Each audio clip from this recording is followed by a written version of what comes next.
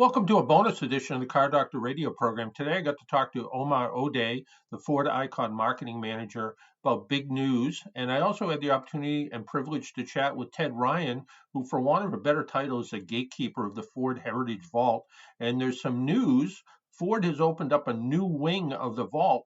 Ted, tell us about it. And we opened up the wing of concept vehicles. So we added 1,700 images and brochures combined of more than 325 concept vehicles that Ford has done between 1896 and 2020. And frankly, this is one of my favorite additions to the vault that we've done so far. It's because everybody loves the concept vehicles. I describe them as they were a flight of imagination from the auto designers over the years. It's where they got to put pen on paper and come up with their craziest ideas. What can we do? What would the future of the automobile look like a decade hence? And they're just fantastic images, and we're excited to share them. And you're absolutely right. Back when auto shows were a little bit more popular, the thing that really got people there was the concept cars. You'd see the concepts and the prototypes, and people would just stand there and stare at them and wonder whether they were actually going to come to life. And history proves that they do, sort of. And at some point or another, you see something that looked like it was part of a concept at one point. But I think you're right. This is where, and I'll probably get in trouble for saying this is where the designers and the engineers don't have to listen to the lawyers. That's true. You don't have to worry about keeping all four wheels on the ground, and photos. You can do anything. One of my favorite examples is the X100, and the X100 was a Lincoln concept. Was done by the Lincoln team in tribute to the Ford team for the 50th anniversary of Ford. And they put 100 different innovations into this concept vehicle. Crazy things like rain sensing windshield wipers. Imagine that. A telephone, geo-positioning, a little map built into the car. A couple more than 50 actually eventually made it into cars. Some didn't, like electric razors. We don't have electric razors in our car, although you could. So examples like that. And then the Nucleon from 1958, which, why wouldn't you want nuclear power for your car? And then the Gyron, the three-wheel car that was going to use a gyroscope to propel it. Designers could do and often did do anything to make these cars look and sound crazy. Yeah, I remember seeing, I think it was a Mercury minivan that had like a portable washer and dryer and refrigerator in it, just with the idea of, the busy working parent that has to bring their kids all over the place. Let's wash their clothes and give them snacks at the same time. And interesting concept. Is it ever going to show up in reality? Probably not, but interesting that someone thought of it. I don't think you'll see washer and dryer. My favorite is the Aurora. You'll have to look up the Aurora. It was a station wagon from the mid-60s, and the Aurora 2 was the late 60s. And essentially, they put an L-shaped sectional sofa in the back seat rather than the row bench seat. So you had this enormous L, and you could recline on this velour sofa while your driver drove you. And it also had a built-in refrigerator and a built-in television. The video that was produced for the Aurora shows the refrigerator opening. There's an ice cold bottle of Coca-Cola in the car. So product placement even worked back then. So I guess that L-shaped sofa probably wasn't a lot different than sort of the curved rear seat of a Thunderbird. Where it was kind of that sort of sofa-looking seat that the Thunderbird had. 100%. And I actually pulled out Aurora information recently for one of the battery electric designers, because without an engine in the car, without an engine compartment, there's all this additional space that the designers can take advantage of. And I challenged one of the designers. I said, look at the Aurora. Wouldn't it be cool if we could do something like this in one of the new luxury SUVs that are being produced? So, but often concepts did come to reality. Like the Mustang One is my favorite story. The Mustang One, a beautiful concept car. I always say that the animators from Speed Racer must have seen the Mustang One because it looks just like the car in Speed Racer. But between the Mustang One, the Allegra, and then the Mustang 2 was born the Mustang. So these three concepts essentially proved to the Ford designers that this new modern generation loved the sporty, stylish look, which led directly to the development of the Mustang for its introduction in 1964. So concept becomes reality. You mentioned the concepts go way back to the early part of the 1896, the 1896. quadricycle. Yeah, Yeah. we're counting the quadricycle as a concept, so we're taking a little bit of a liberty. But the real concepts in Ford's world started in the 30s with Edsel and his speedsters and his racers, and then later the Continental was actually a single built concept that was built for Edsel. It just proved to be so popular among his friends that he turned it into a production model. But the 50s are the heyday, the 50s and 60s. Although they go, when you get a chance to take a look, the U260 from 2001 was a concept for the Bronco. And the lines of that particular concept are very similar to what actually happened with the production Bronco that just came out a few years ago. So, it's an unbroken chain of creative imagination from the designers. Now, some people will say what's old is new again. And you mentioned that, you show some of the older things to the designers. How much of that really takes place where they go back and they look at what had an appeal in the Art Deco era, or, the chrome and tail fin era that, was so popular at one point, or even the aerospace era for that matter, where everything all the concepts sort of looked like a rocket. How much of that do they look at and try to, bring some modern design in that? It varies by team. That's actually a really good question. So essentially, and this is sort of inside baseball, my archive staff, we do, in essence, a monthly tour for the design teams, and we cover different subjects. So 1 month it may be colors, and we'll have just color charts with the color, the actual metal paint chips, and you can see the gamut of Ford colors and how it changed over time. And we may do it 1 month with fabric samples. You talked about the space era. We just did a tour last month with our human machine interface team. Believe it or not, there's a team called the human machine interface, because the car is a machine. So how do you read the dials with our new touch screens? How does all that change? And so I pulled all of the work that Ford had done in designing mission control for that team, so that they could see how Ford had over the years created new and visual ways of transferring data. So we do a good bit of it on a monthly basis. We'll pick a topic and invite the designers in and let them see what they're going to see. And for our listeners and viewers, how do people find the Heritage Vault? Where do they go? And just a reminder, everything's downloadable, right? It is free and downloadable, not just downloadable. There's free. So the FordHeritageVault.com is the actual website. We have over 15,000 pieces of content in that site now. We have nearly every Ford vehicle built between 1903 and 2003, as well as Lincoln, Mercury, Edsel. We added Ford of England last year. We added Ford of Australia, Ford of Mexico, Ford of South Africa this year.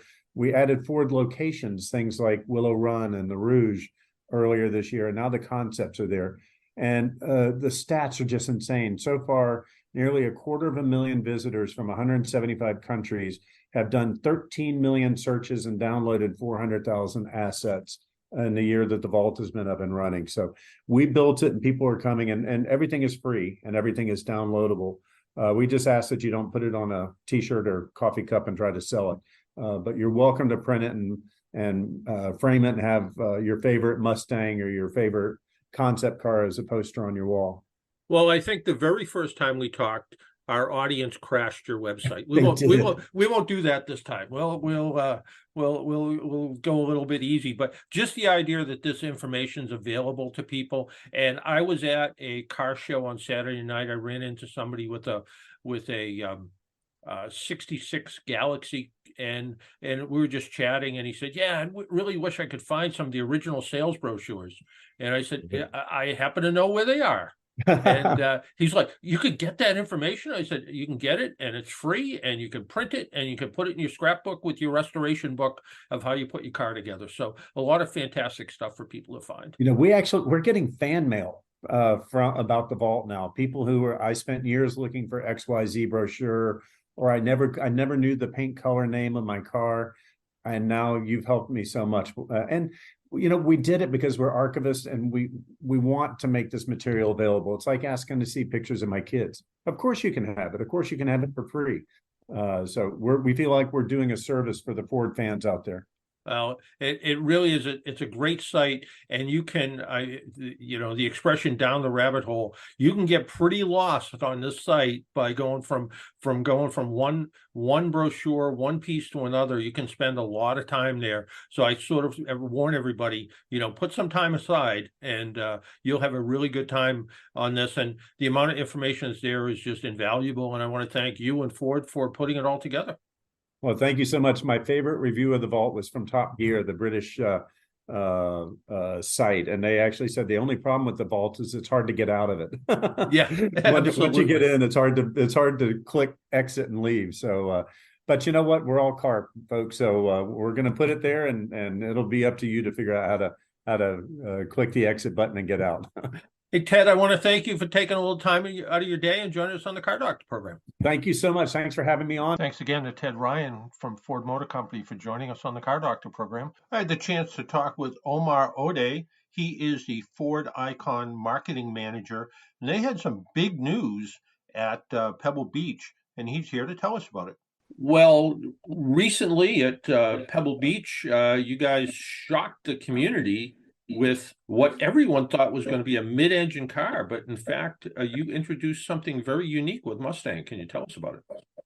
Absolutely. We introduced the all-new Mustang GTD, a super high performance Mustang that's designed to go around the Nürburgring Ring in less than 7 minutes.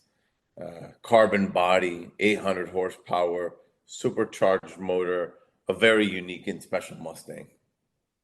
And no one's quite sure how you kept this a secret. This seemed to be something that was really, really unique, and somehow the secret never got out. How does that work? Well, internally within Ford, it was really special. We started with a small group of just 5 people working on this program, along with 5 people from Multimatic. We had NDAs, we kept everything super secret, and we actually only worked out of a secret little facility that we kind of nicknamed the barn. It was a little laboratory behind our aerodynamics studios, and nobody knew we were back there working. And we only involved people when we absolutely had to, and that's how we kept it very top secret. And tell us a little bit about the engine. 800 horsepower is an incredible number. That is certainly supercar numbers. Tell us a little bit about the engine itself. So we're using a modified 5.2 liter supercharged, similar to what we use in the F-150 Raptor R and previous high performance Mustangs, but we've modified it. New pulley, dry sump, a very unique dry sump system that allows it so that it can handle high track capacity, so that we can get over 800 horsepower. And when you combine that with the amazing suspension system that we have, as well as the amazing lateral grip and aerodynamics, that's how we think we can get a sub 7-minute ring time with this all new Mustang. And you mentioned very carbon fiber intense for the body and the suspension system. This is more than a one-off car, but on the other hand, there's not going to be a lot of these cars being made, are there? Right. So the body, almost all of it besides the doors, is carbon fiber. So your hood, your fenders, your roof, all carbon fiber. Wheels are magnesium. Brakes, carbon ceramic. So all these are new to Mustang, things that we've never done on Mustang, things that we've taken from supercar and applied them to Mustang. In terms of volume, we haven't determined the final volumes, but yeah, it will be a limited production. And, we encourage people, to go to the Ford.com Mustang GTD site to ask for more information. And we'll be doing an application process very similar to Ford GT starting next year. And will it be also similar that if someone buys one, there's some restriction about reselling it? We haven't established that quite yet. We're still working through all that in terms of restrictions and any of the whole sales process. I guess the question begs, is it is it going to be Jay Leno gets the first one, or is it going to be Tim Allen? We'll see. We do have a number of Ford VIPs that have already expressed quite a bit of interest. As you know, we were in Pebble Beach last week debuting this product, and big car community, supercar community up there, and we had an amazing reception for the all-new Mustang GTD. So I guess we'll see when everyone puts in their expressions of interest over the next couple months on this product. But we're just so excited because it really ties back to what we're doing in racing. With the GT3 program, we're going back to Le Mans, and at the beginning of next year, you'll see our GT3 racing in Daytona. And this vehicle is for those customers that absolutely love our GT3 racing program. Now they have a vehicle that they can drive on the street. And it sort of seems to harken back to the Ford versus Ferrari movie, the idea that Ford is going, all in on racing is pretty exciting for the enthusiast community. Absolutely. I mean, that was part of the program. I mean, we wanted to elevate Mustang to be able to compete with the best of the best around the world. And this time, not just Ferrari, Mercedes, Aston Martin, Lamborghini, Corvette, everybody that races in GT3, as well as has road going variants to show what Mustang can do. As you know, next year is the 60th anniversary of Mustang, and being able to launch a product like this so close to the 60th anniversary just shows what Mustang has been and has come along over the last 6 decades. And I would guess, like all racing applications, some of what you do in this car may trickle down to other Ford products, specifically the typical Mustang that most buyers would buy. Yeah, absolutely. I mean, that's part of some of the work that I do. I always look at abilities to transfer that technology in future products. So, I mean, if we're able to do it, we'll do it. But obviously, with this Mustang GTD, we're really focused on delivering the most advanced technology to these customers. One thing I'm super excited about, and for the customers, and I'd encourage people to go online and check it out, is our new inboard rear suspension, something that's really trick and special that we've never done really before. It's really a suspension that you only see on prototype race cars, and it's on our new Mustang GTD. Well, I think if the old saying of win on Sunday, sell on Monday holds true, it sounds like it's going to be a good years for Ford coming up. We hope so. We really pushed into the racing space with GT3, GT4 customer programs, with the Dark Horse SNR, and now with a road going variant with the Mustang GTD.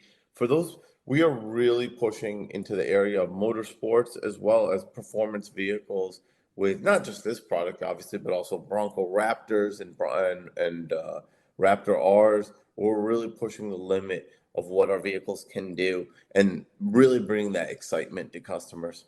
Well, it really sounds good, and it sounds like this sounds like it might have a little bit of Jim Farley touched in there somewhere. So We definitely had his support on this program. yeah, absolutely. Hey, Omar, I want to thank you for taking a little time out of your day and joining us on the Car Doctor Radio program. Thank you so much. If you want to listen to the Car Doctor Radio program live, the program's Sunday morning at 11 on 95.9 WATD. And you can always listen to ATD online. Go to the website or ask your smart speaker to play WATD. Until next time, be safe, and I appreciate you. Talk to you soon. Bye-bye.